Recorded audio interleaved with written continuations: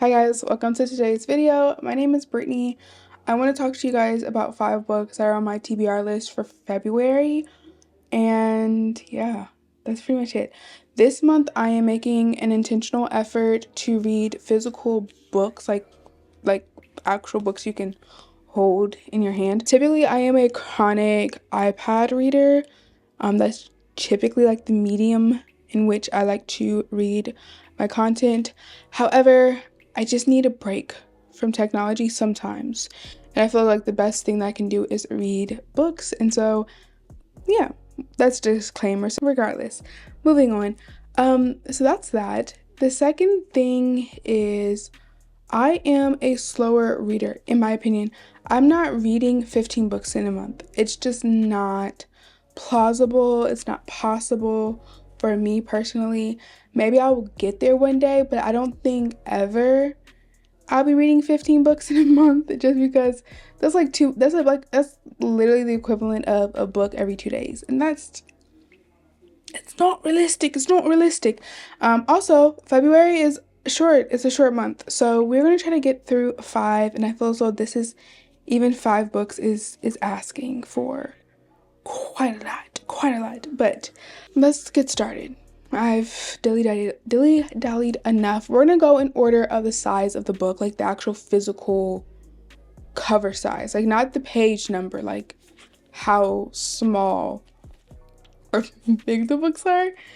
Yeah, let's get started.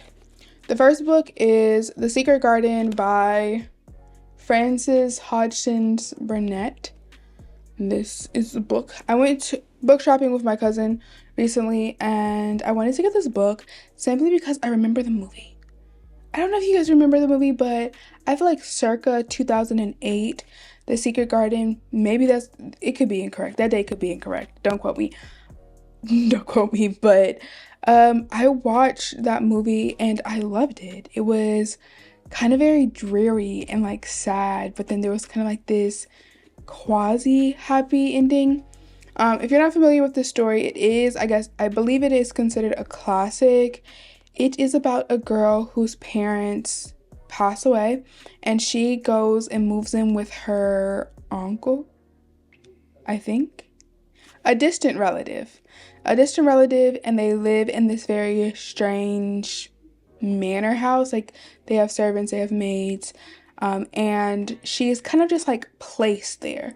And so she's under, from the movie, I know about this story from the movie, it could be totally different from the book, but she is placed under the responsibility of some of the workers in this like manor house, and she's kind of like, nobody talks to her. She's kind of like isolated in a certain sense. And then she gets to go out every day to explore a little bit, and she finds the secret garden, and it kind of is like the story of the secret garden. That's what it's called. So I'm kind of like super excited to read this, because I hope it gives me like the same feels that in my memory the movie did. The second book is Miss Peregrine's Home for Peculiar Children. You can't see that. This is the book. I think I'm gonna like this book because it has pictures in it, but it also, when I was skimming through it, I have no idea what this story, like, I haven't watched the movie, is what I'm trying to say. Like, I know that this is also a motion picture. I haven't seen the movie. What I'm very interested about is that there's pictures in this book. Love a picture book. Love a good story and a picture book. Just because. But scanning through the pictures, it was kind of giving me a little bit of American Horror Story Freak Show. A little bit. I don't know if that's disrespectful, but basically the knowledge that I have of this book is it's like a little bit of this mystical realm. I thought it was just like this random island, but I think it's like a mystical realm that this man finds, and these children have superpowers or something. They're like dangerous. They could be dangerous or like a little mysterious, but they're peculiar. Let's just say that. They're peculiar children, and that's what the title of the book is. So I'm gonna read this. I think it's gonna be really fun to like read this book and then also watch the movie. So we might do that. Whoa. That wasn't supposed to happen. We live and we learn. We live and we learn. Okay. The third book that that's on my like TBR list for this month is Kit's Law. And this book is by Donna Morrissey.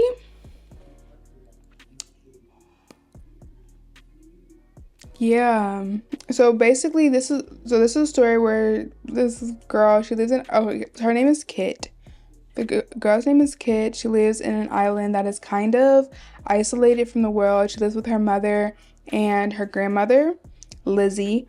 And one thing that we know about her mother is that her mother has the mental wherewithal of like a child. I don't know if it's like from what I've read this far on the back of the book, it seems like just like a mental condition, like a special needs that her mother has. And one day her grandmother passes away and things happen from there.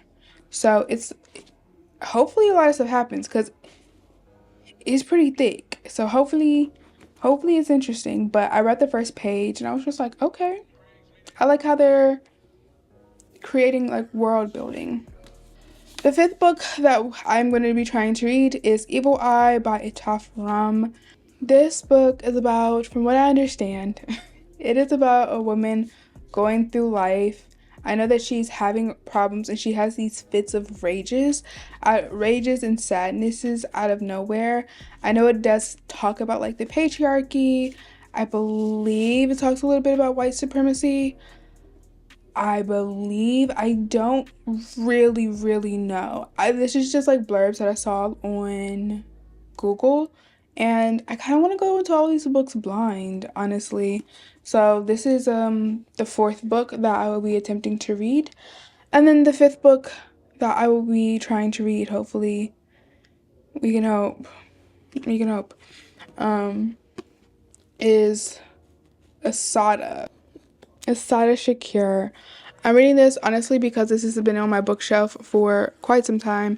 I tried to read it once, and then it's a question of when is it going to be okay for me to be upset? Like, when am I okay? Like, when can I read a book and going into it with the knowledge of it's going to make me upset and make me upset in a very specific way because it's not something that isn't true or factual. It's something that like really actually happened.